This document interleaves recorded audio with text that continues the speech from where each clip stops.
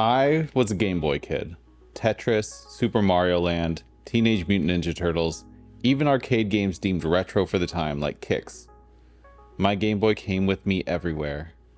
Road trips, doctor's visits, hell, I even brought my Game Boy to Disneyland for the first time.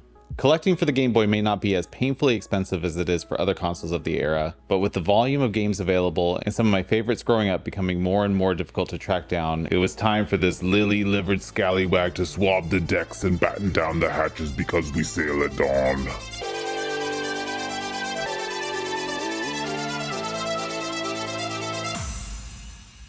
That was a pirate joke. Like, I'm pirating games.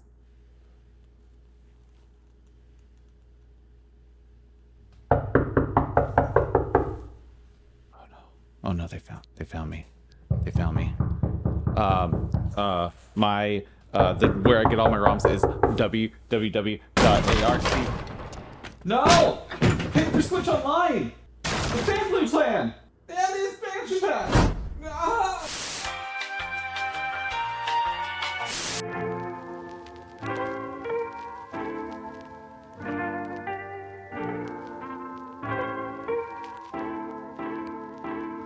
This is what is commonly referred to as the EDGB flash cart for Game Boy and Game Boy Color. It fits in all models of the Game Boy pre-Game Boy Advance and plays all Game Boy and Game Boy Color games just as if they were original cartridges, with some possibly significant exceptions, but we'll get into that later. If you're familiar with these devices, then you probably already know that the EDGB nomenclature is a not so subtle nod to the Everdrive Game Boy, of which this is a clone of. I have some thoughts about clone devices and their real world implications, but again, I'm gonna save that for a little bit later. This device. What's ingenious about these is that they have a flashable ROM memory that's readable by the cartridge. You get to choose via software what file is flashed onto that ROM, but it loads them from an SD card. So you pick a game and the software actually writes that ROM onto the flash memory of the cartridge. I'm using all the wrong terminology. You know, once you pick that ROM, the Game Boy just thinks that you are playing a legitimate copy of Link's Awakening DX. Another thing is that any game that supports a battery save can be saved into a file on this device. It's placed into a special EDGB folder, and you can even load other save files into that folder and load them from your cartridge. So when you load a game, it erases the ROM that's loaded onto the cartridge and writes the new ROM. And one confusion is that the Game Boy doesn't ever actually read anything from the SD card slot. It's only reading from the ROM on the cartridge. So you can only pick one game at a time. It clears it, writes a new one, and then you play that game.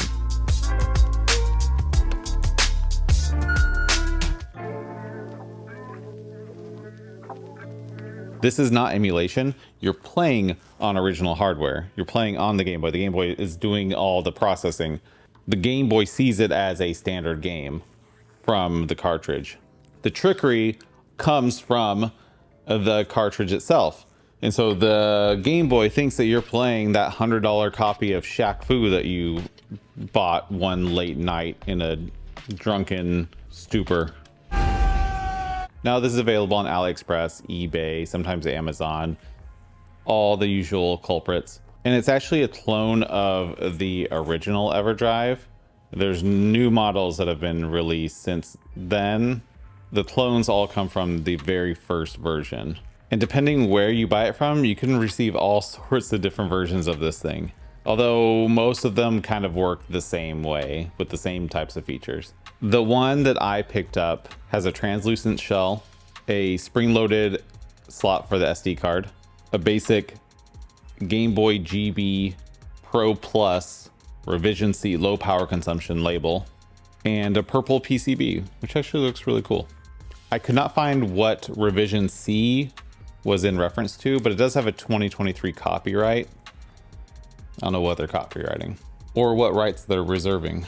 Now it does state everywhere to not use these with modified Game Boys because of the increased power of the screen and the increased power consumption of these, but I haven't run into any issues Let me know in the comments if you've had an issue using one of these with a modified Game Boy with a premium screen. Another feature is the ability to push in on the top middle of the screen and it acts as a reset button.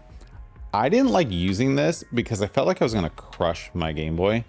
I don't like pushing against the back of the screen or the back of the shell in any way. And there's also a soft reset if you just push A, B, start and select at the same time.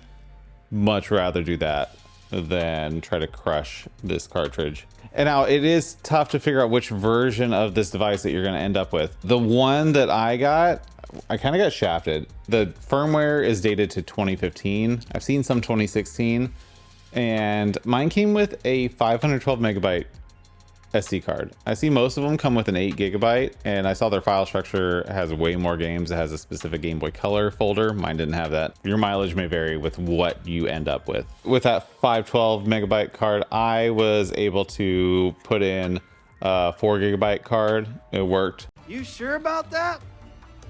You sure about that? One annoyance with the software, the B and the A are inverted. So B is select, A is to go back. That's kind of annoying.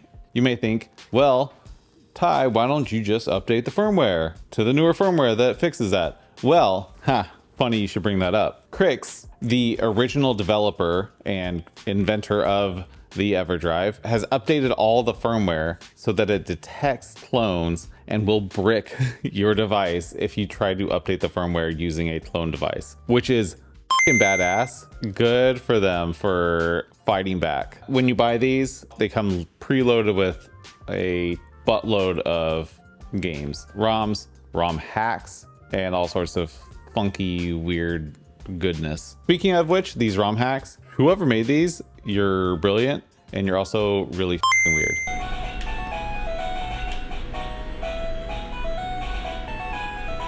I spent way too much time with these things.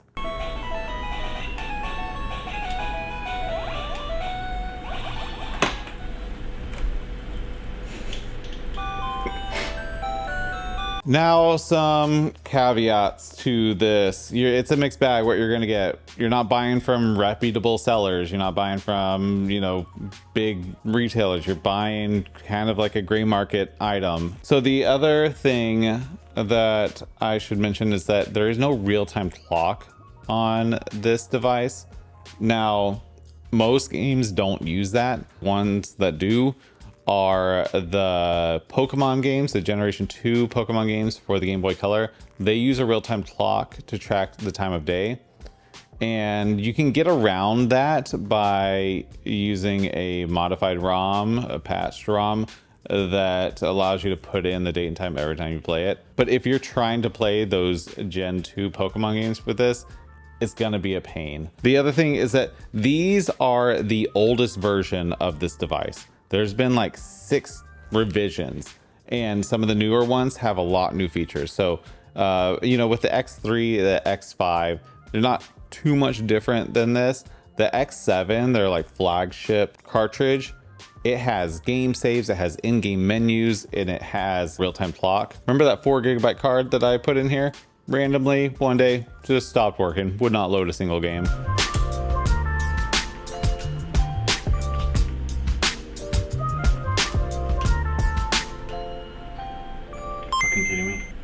So these carts got really popular when the Analogue Pocket came out. The Analogue Pocket would only play cartridge games, but then they unleashed the floodgates and allowed you to load games directly from the SD card. All these new cores came out for the FPGA and made that console just such a powerhouse. It basically made these obsolete for the Analogue Pocket. This is something that you'd want to use on original hardware. This is my Game Boy Color that I modified. I have a video right here of me building this Game Boy Color. Is amazing. It has a laminated IPS display, backlit, the Game Boy Color logo lights up. It's badass.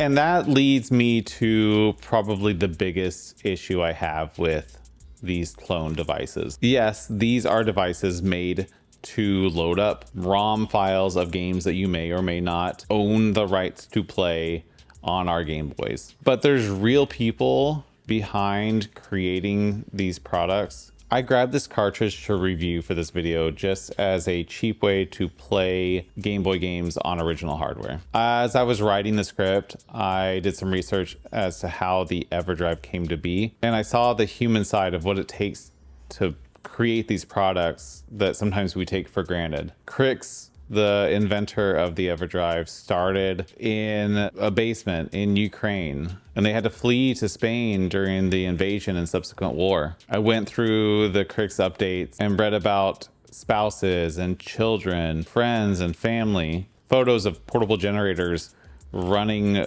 machines to try to produce these products while basically in a war zone. At the end of the day, we're lucky. We're lucky that we get to play these games and watch these videos and talk about nostalgia, and I appreciate you watching. Go play a game that you haven't played in a long time, something that reminds you of your childhood, because that's why we do this. We do this for fun. You know, who cares if you own an original copy of these games? No one's gonna come bust down your door. If you do want to pick up any of these devices, I'm going to leave links to everything, including the original from Crix. I'll have links to one of these clones. Thanks for watching.